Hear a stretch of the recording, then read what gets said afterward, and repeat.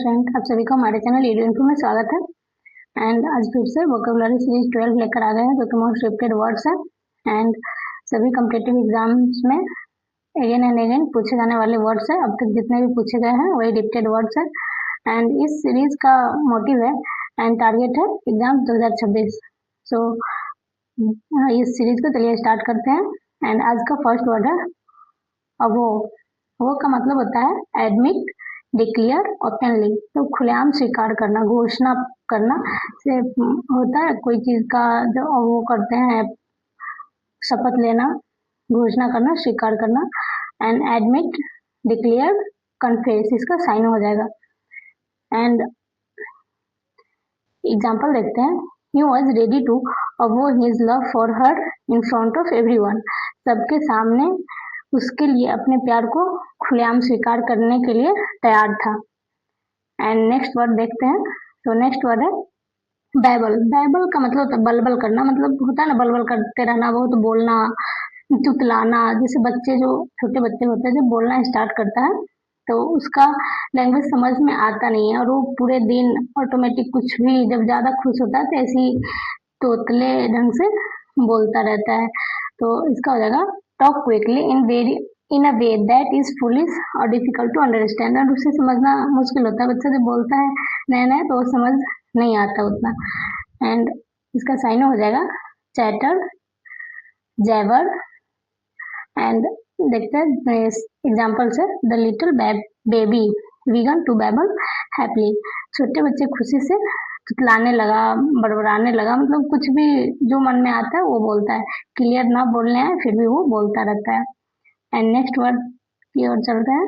And next word है वेकेनेलिया। वेकेनेलिया मतलब होता है मतलब वाइल्ड ड्रंकन पार्टी, जहाँ मतलब एकदम शोर शराबा हो, सभी लोग ड्रिंक कर रहा हो, पार्टी चल रही हो। जनरली ड्रंकन ही होता है जहाँ सारे लोग ड्रिंक किया हुआ होता है। एंड शराबी उत्सव, महोत्सव, इसका मतलब होता है साइनो देखते हैं। Orgy, revelry, drunken party. And example देखते हैं। The college student celebrated the end of exams with वैकेनेलिया।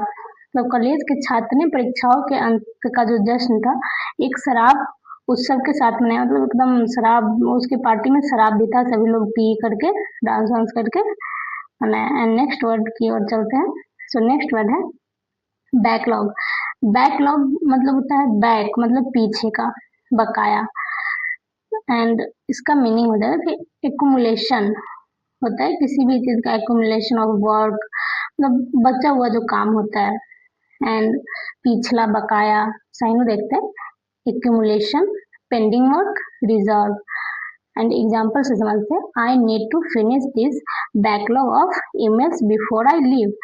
जाने से पहले मुझे ईमेल के पिछले बकाए को पूरा करना होगा, मतलब जितना भी मेल है, लोगों को मेल करना था, ईमेल करना था, उसमें कुछ छूटा हुआ काम होता है वो मुझे कंप्लीट करना है।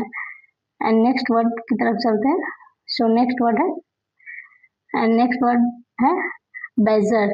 Badger to repeatedly ask someone, मतलब बार बार रिपीटेडली किसी के पीछे पड़ जाना, किसी कोई बात जानने के लिए या फिर कोई काम करवाने के लिए। पेस्टर मतलब तंग करना, उसके पीछे पूरी तरह से पीछे पड़ जाना। इसका साइन हो जाएगा nag, annoy and pester. Example देखते हैं। The kids badgered their dad until he agreed to take them to the park. बच्चे ने अपने पिता को तब तक तंग किया जब तक कि वे उन्हें पार्क ले जाने के लिए सहमत नहीं हो गए। एंड नेक्स्ट वर्ड की तरफ चलते हैं। सो नेक्स्ट वर्ड है बेट। बेट का मतलब होता है जनरली फूड, जैसे पेट एनिमल होता है उसके लिए भी, जैसे कोई भी एनिमल है। एंड अट्रैक्टिव फूड, उसे दिखलाते हैं तो अट्रैक्ट होकर हमारे पास आता है। जैसे food place on hook to catch fish. Fish पकड़ने के लिए भी हम लोग वो लगाते, फिर ट्रैप करते हैं एंड फिश पकड़ते हैं। गांव में आप लोग सुने होंगे एक बंसी फंसाना होता है, बंसी से फिश पकड़ते हैं। स्टिक होता है, उसमें एक पतला सा धागा लगाकर फिर उसमें कुछ खाने वाला चीज लगाते हैं एंड पानी के अंदर डालते हैं। एंड नेक्स्ट एंड इसका मतलब चारा प्रलोभन। एंड जैसे चूहा को पकड़ने के लिए भी हम लोग चूहादानी में डालते हैं कुछ रोटी या फिर पनीर या कुछ भी डाल देते हैं, इससे चूहा को पकड़ा जा सके। एंड इसका साइन हो जाएगा lure, enticement, trap. And example देखते हैं, we used a piece of cheese as a bait to catch the mouse. हमने चूहे को पकड़ने के लिए चारे के रूप में पनीर के टुकड़े का इस्तेमाल किया। मैं भी बोली थी जैसे रोटी डाल देते हैं या फिर कुछ भी वो पनीर का टुकड़ा यहाँ डाला है। सो नेक्स्ट वर्ड की तरफ चलते हैं। एंड नेक्स्ट वर्ड है वेलफुल। वेलफुल का मतलब होता है हानिकारक। आप लोग इसे याद करने का एक तरीका, वेल में बहुत ही बड़ा बड़ा कांटा होता है। वेल का पेड़ अगर देखे होइएगा गांव में तो बहुत बड़ा कांटा होता है उसमें, जिसके पास अगर जाएंगे या फिर उस पेड़ पे चढ़ेंगे तो वो हमें हानि पहुंचाएगा, चुभेगा ही। एंड वेलफुल वही होता है, हार्मफुल होता है।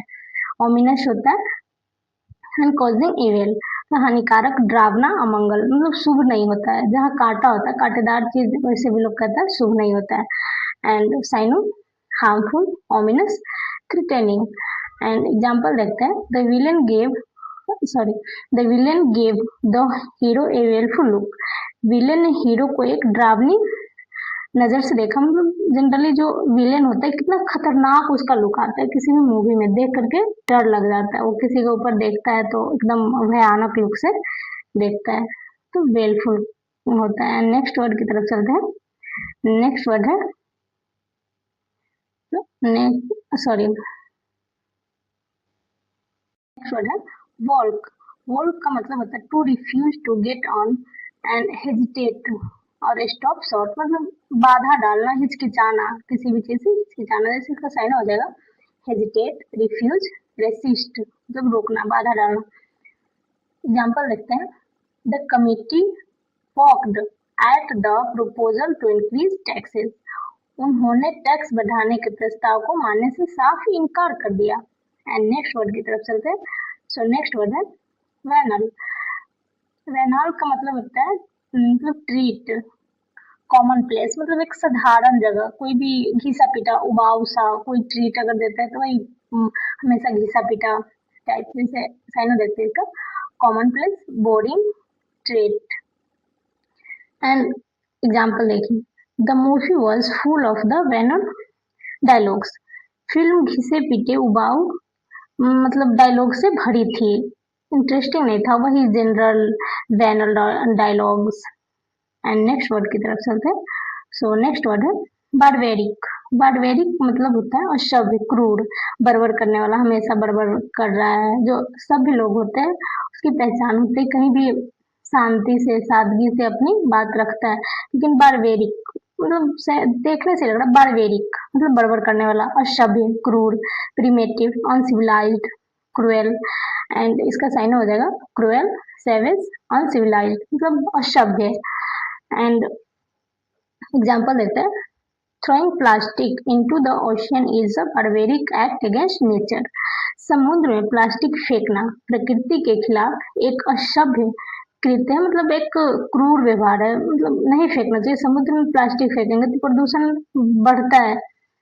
एंड नेक्स्ट वर्ड देखते हैं, इसी के साथ ये सेशन समाप्त होता है। And thanks for watching my video. अगर आपको पीडीएफ चाहिए तो डिस्क्रिप्शन में टेलीग्राम लिंक दिया है, वहाँ पे जाकर टेलीग्राम ग्रुप ज्वाइन करके आप पीडीएफ डाउनलोड कर सकते हैं। Thanks for watching my video and मिलते हैं नेक्स्ट